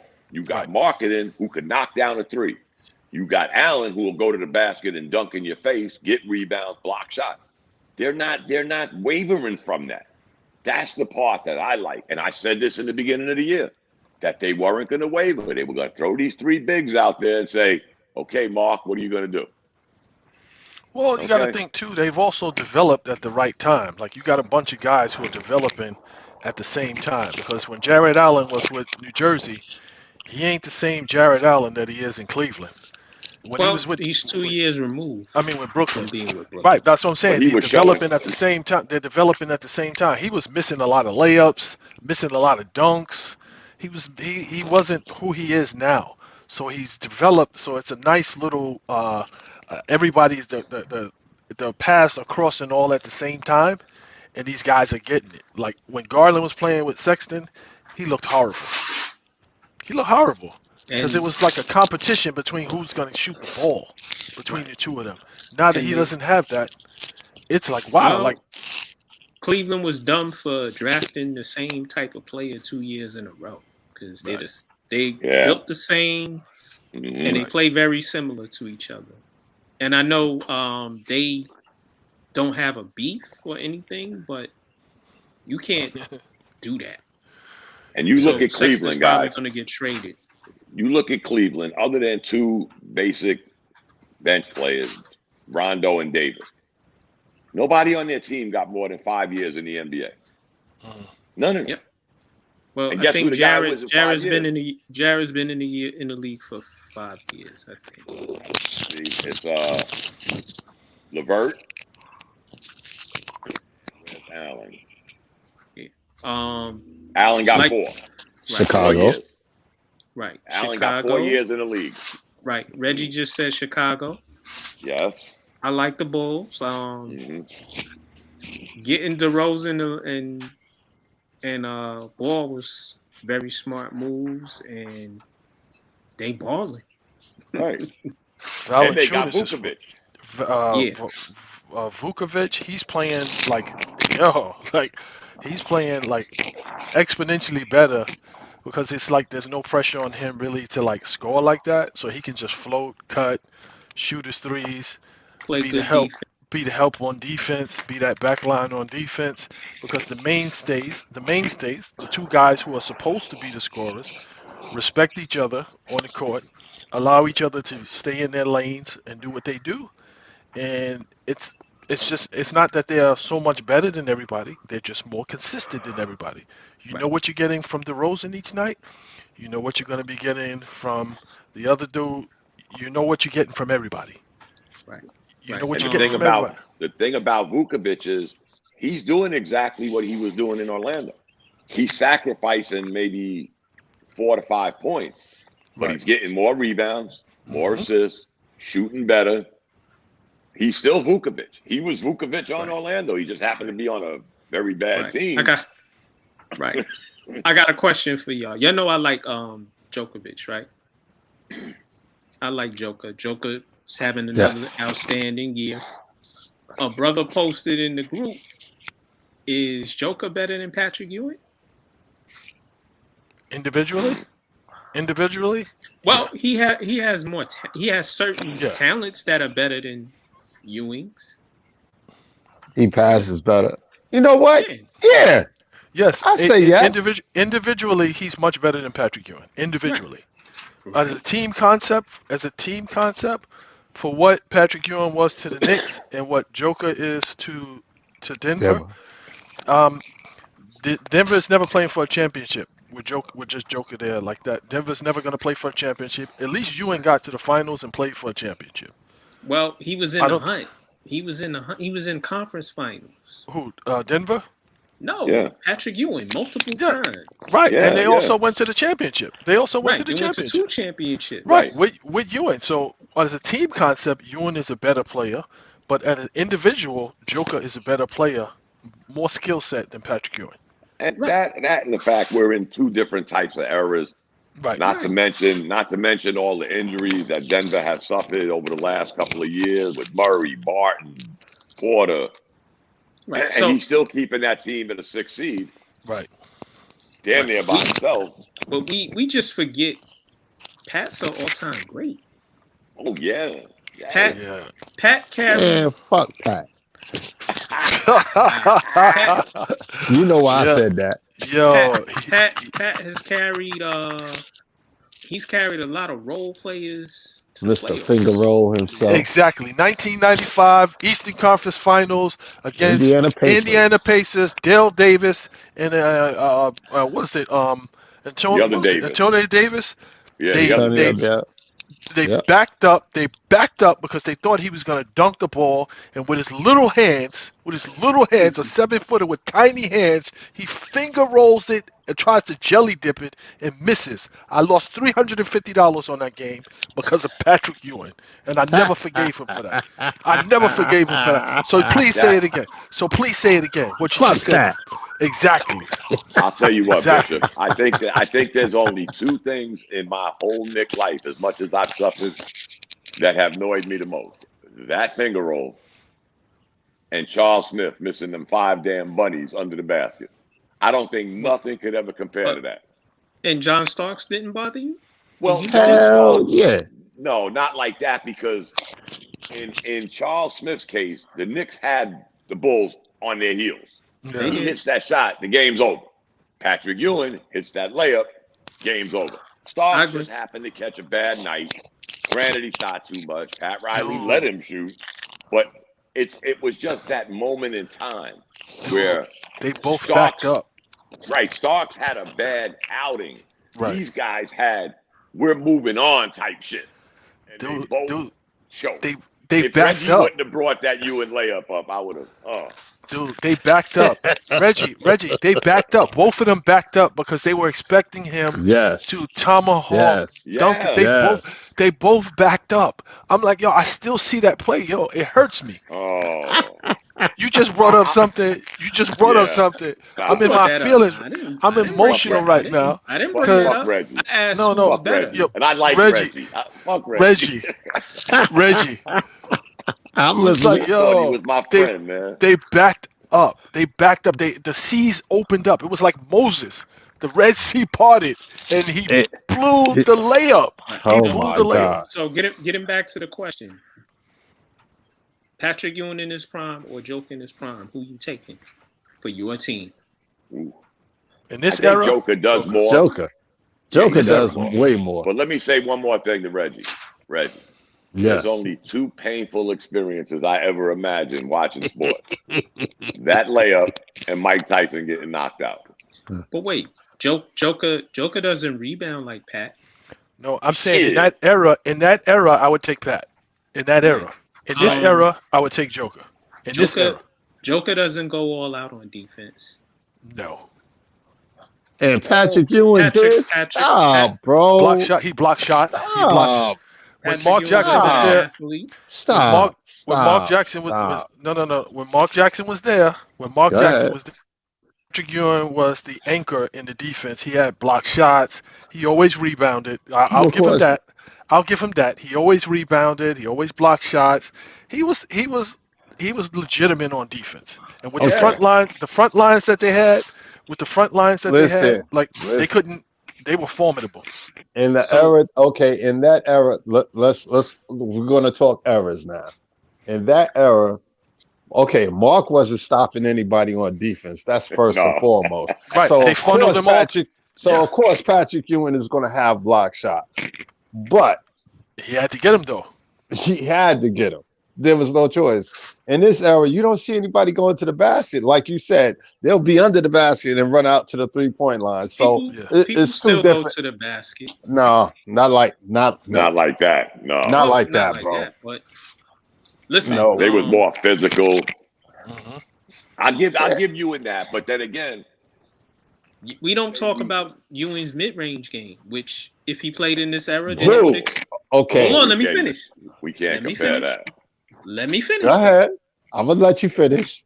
His mid-range game would extend to the 3-point line because he would have to take threes in this. Get him, era. Reggie. Get him, Reggie. Get him. No, Go ahead. Don't even, I'm don't waiting. even get him, Reggie. I'm waiting. You done? Yeah, I'm done. You sure? Yeah. Yo, he shouldn't have been shooting. So basically he was a 7-foot shooting guard. That's what you're telling me.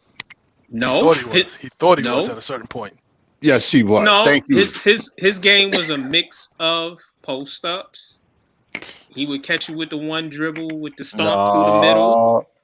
Later on in the career, he started going back to that foul line, brother. And he would take the 10 to 15 footer, which he hit. Yeah.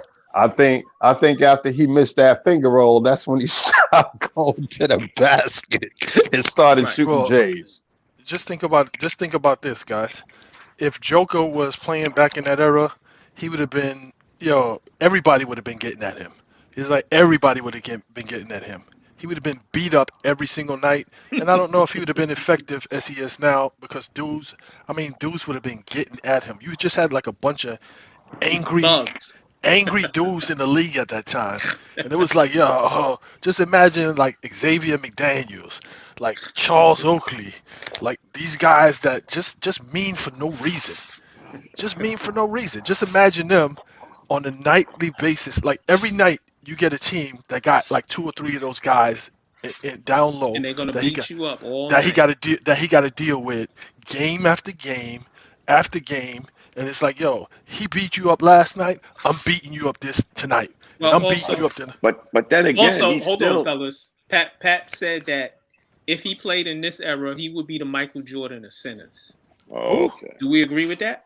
Who? No. Oh, wait a Patrick minute. Hold Ewing. up. So Ewing said if he Time played out. in this era, Time he would out. he would be the Michael Jordan time of out. centers. So Who said that? what about Ewing. the other centers that was in the league with him at that time?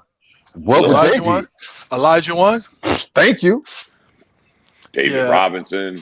Oh, see, that's why I said what I said, Mark. What you said about David Robinson the other day.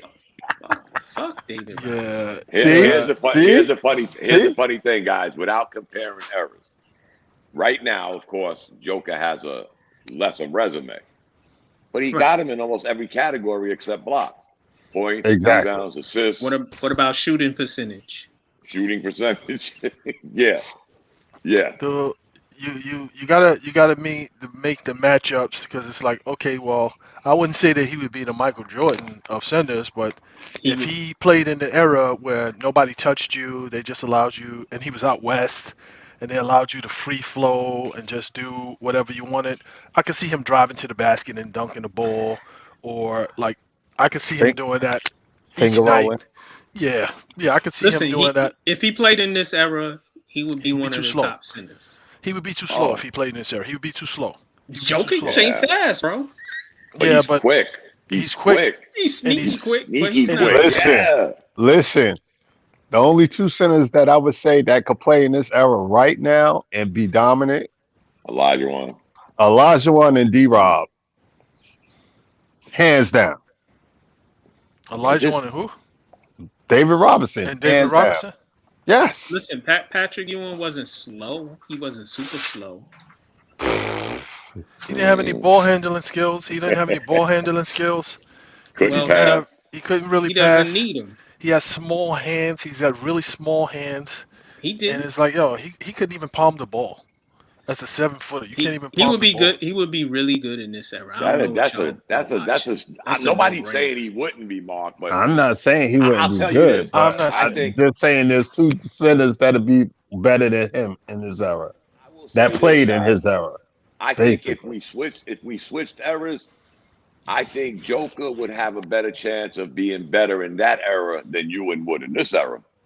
Well, yeah, he's a different kind of athlete. Like I'm looking at his numbers now, guys, and this shit is crazy. I mean, yeah, he don't have as many years as Ewing, but I mean, damn. But like, this I think- guy's I averaging think- 7 assists a night for his career. Joker kind of reminds me of Kevin McHale. Yeah, but if you put Joker in that era, just imagine everywhere you went, somebody's hitting you. Everywhere you go, somebody's hitting you. You're not even near the ball, and somebody's hitting you. Yeah, but Bishop, you he's get still it. 7 feet, 250 pounds. Dude, you had guys that was 6'10". You had guys that was 6'8", 270, 260. You had like Xavier McDaniels, Charles Oakley, these guys. You don't think Charles Oakley would have been giving him the business each night? That's regardless. but- You could score points, but I'm beating you up every single But night. just think of this, Bishop. Those guys with a physical, if you go to the basket, we're gonna lay you on your ass. But now you got to go outside and check this guy. Yeah, but they had Derek Coleman. They had guys back in that era that were tough. That Not like this, though. would have Bishop. forced him to play defense. Would have forced him. How many nights do he actually have to play defense? None really. On this team every night. Nah, I'm talking about. He's the only I'm talking one about on the team. individual matchups. How many nights does he have to really play defense? When he plays Vukovic, when he plays Towns. Embiid, So Towns, Embiid. Yeah, he still got to check him. Towns, Embiid, and well, who let's. else? And Well, who we're else? talking about in the West Coast. You Right. got to talk West Coast first. my man was Ayton. Ayton. Yeah. What? Come on, stop, please, stop, Get please. centers, Bishop. Don't even- There's some don't- centers out there. Yeah, the only reason why Aiden looks halfway decent is because he's playing with Chris Paul. He's got no moves. Nah, I don't- Chris Paul catches him But on. we're just transition. talking centers, though, Bishop. That's all we're Yeah, saying is But is centers. individual matchups. How many times does he actually have to play defense on the centers? Well, Maybe five. It's Out of the five- whole league? five Towns. guys. Well, out that's of the like whole- any center nowadays, though. How many Well, we centers can't. are really? We can't say Anthony Davis. No, Mr. Glassman. Well, he ain't a Glassman. center anyway. Yeah, You don't he want hurt to be himself. a center. He ain't a Yeah. power forward either. Can I add one thing to this? Softy kicks. How does that Zion pick look right now? Not good. Ooh, Not good. I'm talking about Zion. Who you talking about? Fat Albert? the Michelin Hey, man. yeah. Imagine if he'd have got drafted by the Knicks eating the food in New York. Wow. Well, Maybe calling One- Ghostbusters right now. listen, you had to pick him just because. So Right. it's up to him It's a safe to get pick. it's up to him to get himself into shape so that it'll alleviate some of the injuries he has, because that's part of the Yeah. problem is his weight. Well, they And knew he's that. already been he was compromised before he even got to Duke, They knew Yeah, that before exactly. they got him. injury wise. They knew that before People they knew got that. him. Mark. They knew that Yeah. before they got him. So it's like Well, they took if that you- chance. If you take him Yeah. on, you should have had somebody. You should have appointed somebody. Here's your nutritionist. You working with the team. We making sure that you stay healthy. We making sure that you do such and such, and Right. monitor and babysit this guy. Have you seen him walk? When he walks with a Can he walk more? It looks painful watching him. And again, Right. guys, me and Bishop, I always bring up me and Bishop because we live in the South and we see a lot of ACC games. Yep. He just pounded too much for all that weight. Yep. And that wasn't going to Well, last, guys. That wasn't going to Listen, last. Ask Derrick Rose. he has an explosive. He played explosively, and that Yeah. sometimes. He had no other gear, just like Derrick Rose. Taking nothing away from Derrick Rose. Derrick Rose played hard, went hard all the time, but it took its toll on him. Unfortunately, with Rose and Zion, it seems to have taken its toll on them early in their life, where now you're looking, let's look at Zion 4 or 5 years from now. If this shit don't get fixed, he'll be in a worse position than Derrick Rose ever was, because he's carrying a lot more weight than Derrick Rose. All of Right. them. We've seen this at Duke, And man. that's the team's fault for allowing him Yeah. to just become what he's become. And it's again, a guys, shame because he's a when great you talent. right, but when you put the human aspect in it, sooner or later, man, you got to man up. Somebody can't babysit you every day. How That's important true. is your career? If you can't control your eating habits, your workout habits, whatever it is, guys, Listen, sooner or later. He can't eat like I used to eat, man. I Me used either. None of us can, Mark. Bro, when Yeah, I was 20 years old, we would eat a full dinner in the calf. Then a couple hours later, we get pizza, and then at like 2:00 in the morning, we go make a hamburger run. yeah. He can't eat like I used to. eat. On the Pelicans, who's the veteran guy? Who's his veteran guy? There is no veteran there. Right. Well, So it's the organization. It's the Ingram? organization. No, exactly. And Ingram Well, he's still Ingram's a learning. young guy.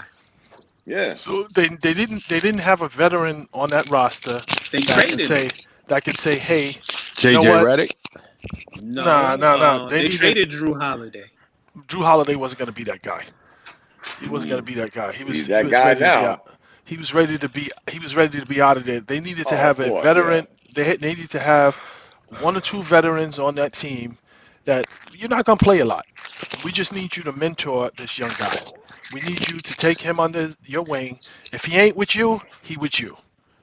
That's your job. Well, they Come to they don't practice. have those guys. When have they had those guys in that organization? Yeah, but there's still guys in the league. Not since in Chris Pelicans. Paul and David West were with the Pelicans. Right. But it was Dave. Who's that general manager? Who's the general manager? From The Cleveland. general manager used to be with Cleveland. David Griffin.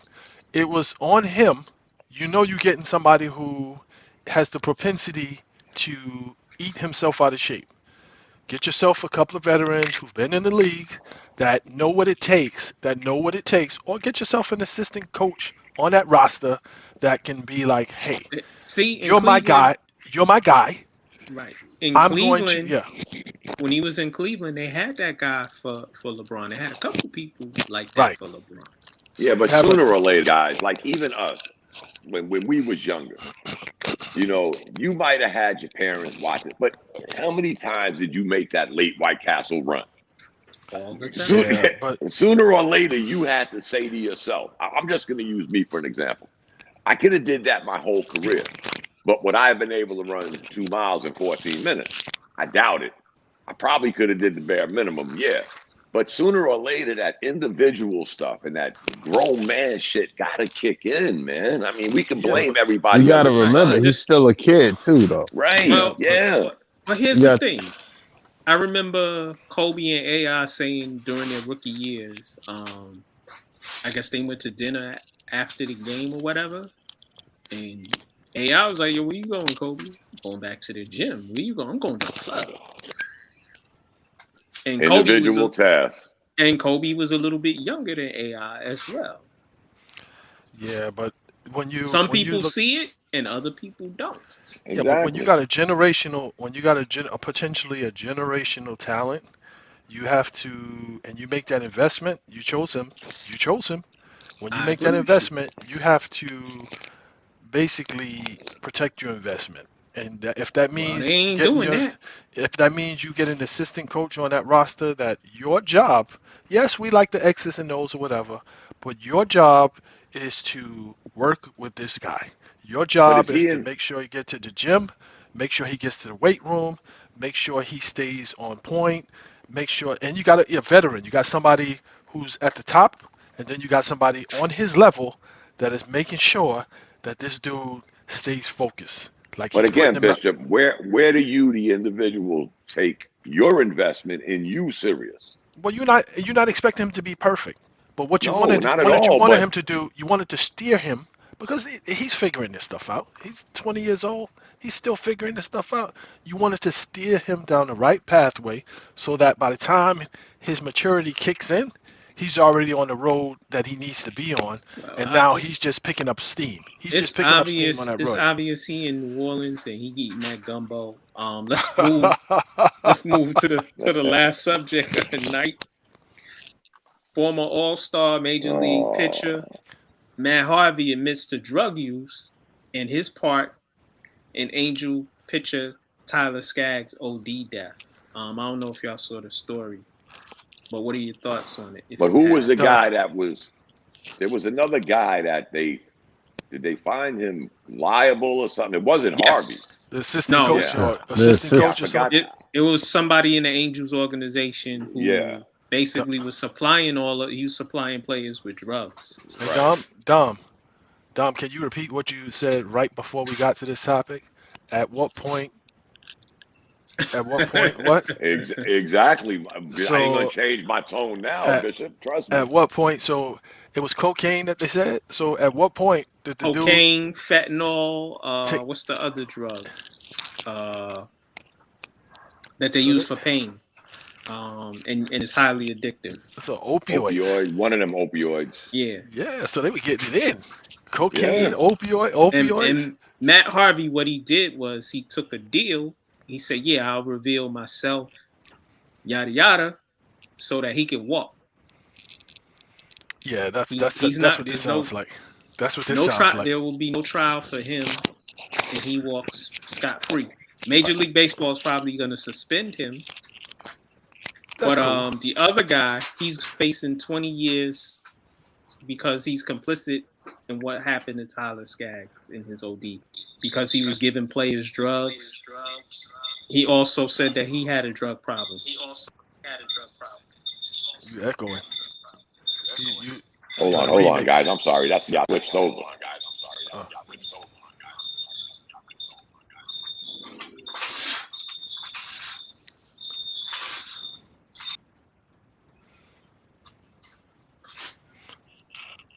Yeah, it sounds really random to just be coming out of nowhere. Like at this point, you making this like random confession and falling on the sword.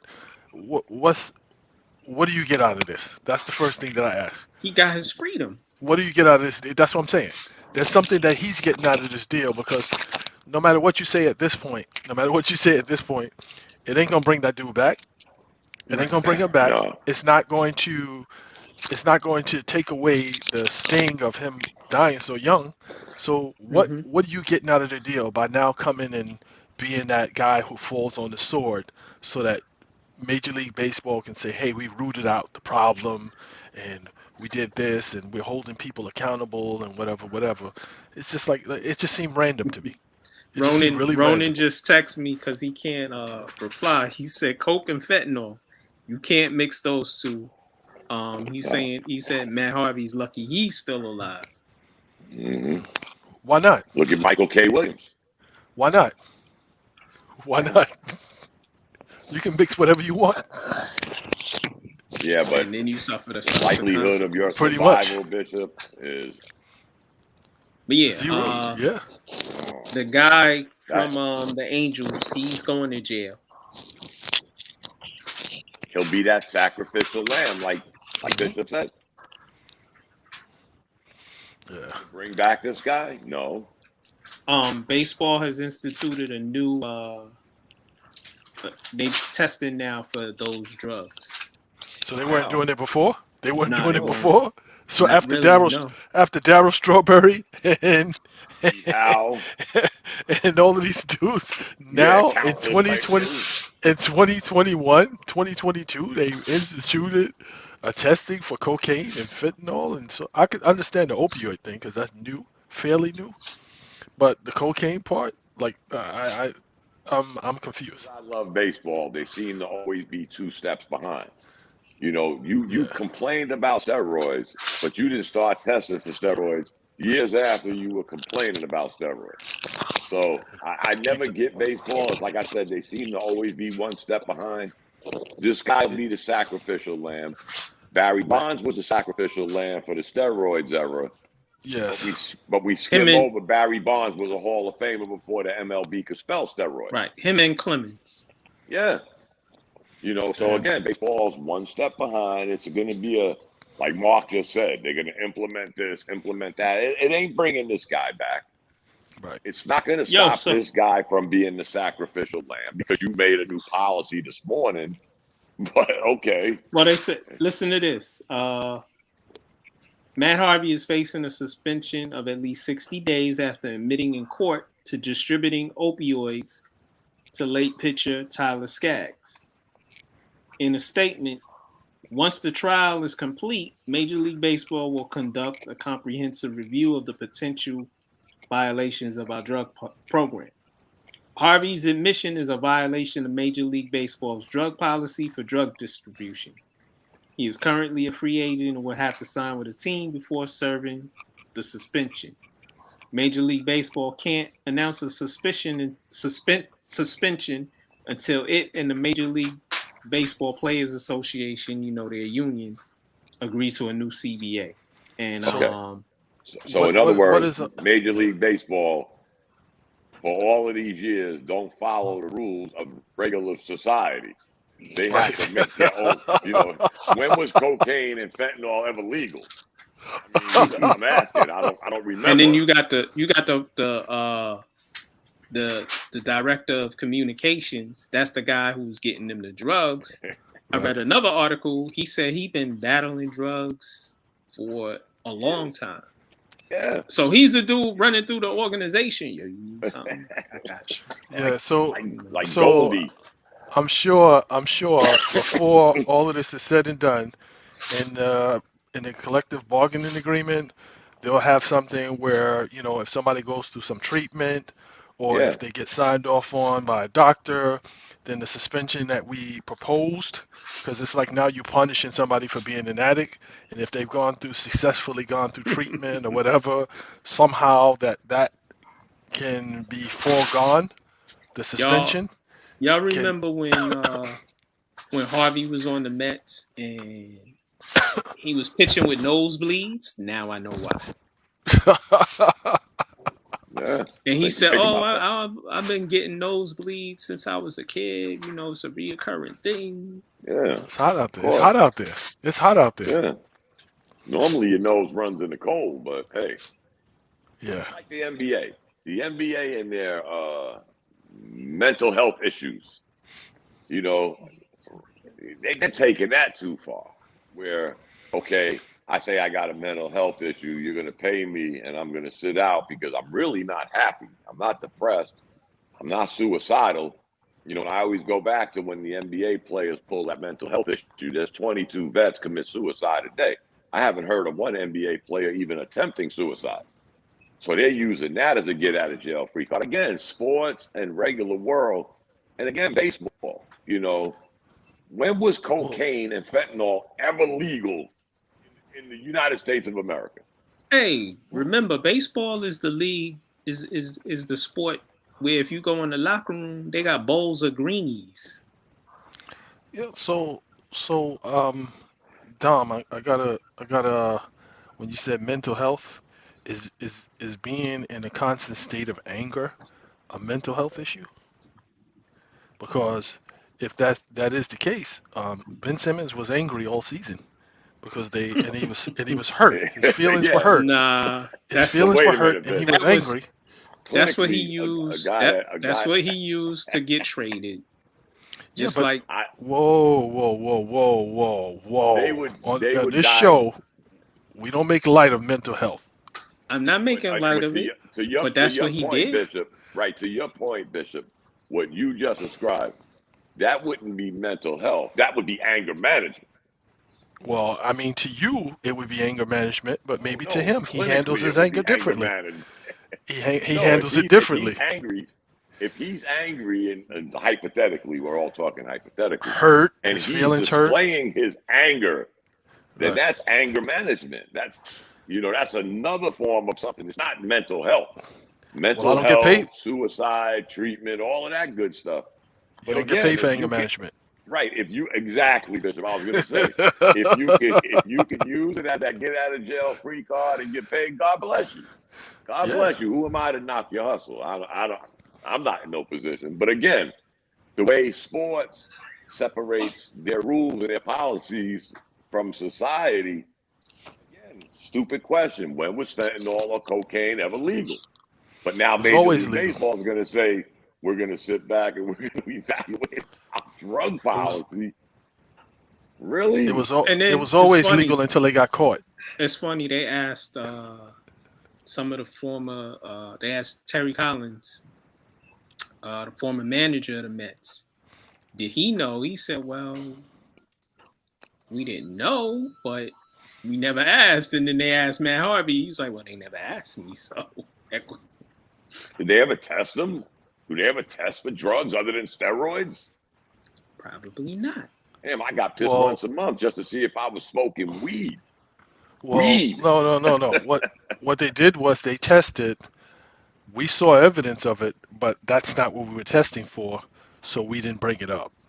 Right. Which 'Cause if you- in all Actually, I actuality, think- Bishop, that is a legal ground. If you're I testing me think for THC, actually in the 80s, they probably were doing all kinds I of know Yes. they were. That's how them guys got caught. Strawberry, Steve Howe. Remember Well, Steve Howe, guys? This guy was Steve suspended Howe like got 105 suspended. times. Right. Yeah. Got suspended Right. every year.